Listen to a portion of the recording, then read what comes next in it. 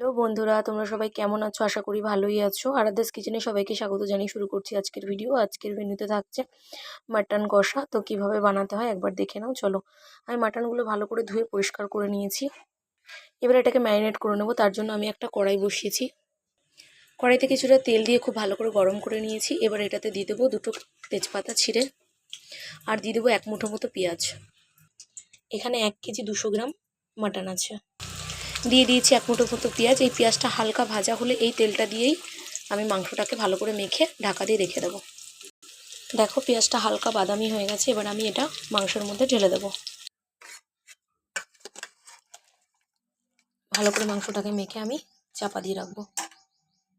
আর এদিকে আমি কয়েকটা আলু ভালো করে ছিলে নিয়ে ধুয়ে নুন আর হলুদ মাখিয়ে রেখেছি। কড়াইতে এবার কিছুটা তেল দিয়ে আলুগুলো লাল লাল করে ভেজে নেব। ওদিকে আলুটা ভাজা হতে হতে এদিকে আমি কিছুটা মশলা বানিয়ে নেব মাংসের জন্য।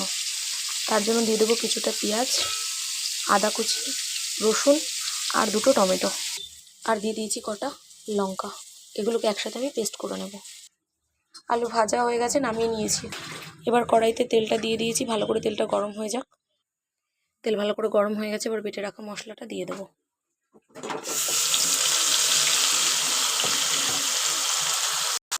এবার ওর মধ্যে দেব লবণ, হলুদ, গোটা গরম মশলা, কাশ্মীরি লঙ্কার গুঁড়ো, ধনের গুঁড়ো, গোলমরিচ গুঁড়ো, শাহি গরম মশলা, আর কালারের জন্য একটু ঝাল লঙ্কার গুঁড়ো।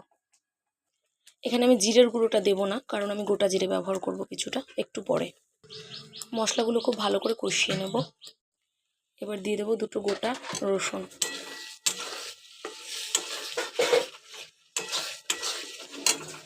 তো মশলা কষানো হয়ে গেছে। এবার এর মধ্যে ম্যারিনেট করা মাংসটা দিয়ে দেব। মাংসটা দিয়ে দিয়েছি।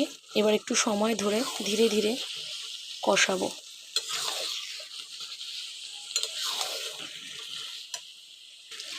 মাংস মোটামুটি কষে এসেছে। এবার আমি এর মধ্যে দুটো শুকনো লঙ্কা ছিঁড়ে দেব, আর 2 চামচ মতো গোটা জিরে দেব। আবার বেশ খানিকক্ষণ ভালো করে কষিয়ে নেব। মাংস খুব ভালো করে কষানো হয়ে গেছে। এবার আমি এটার মধ্যে ভেজে রাখা আলুগুলো একে একে দিয়ে দেব। আলুটাকেও মশলার সঙ্গে খুব ভালো করে মিশিয়ে নেব। তো আলুগুলো মশলার সাথে ভালো করে মিশিয়ে নিয়েছি। এবার আমি এখানে জল দিয়ে দেব। জলটা আমি উষ্ণ গরম জল দিচ্ছি।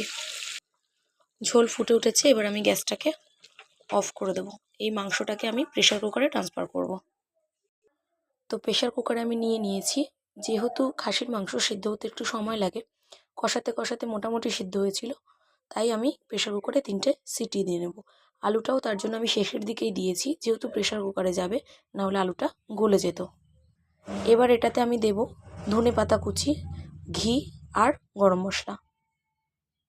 এবার আমি 3টে সিটি মেরে নেব। তো দেখো বন্ধুরা, রান্নাটা আমার পুরোপুরি কমপ্লিট হয়ে গেছে। তোমরা এইভাবে বানিয়ে খেয়ে দেখো। আর যদি ভিডিওটি ভালো লেগে থাকে, লাইক, কমেন্ট, শেয়ার করতে ভুলো না। আর চ্যানেলটি সাবস্ক্রাইব করো।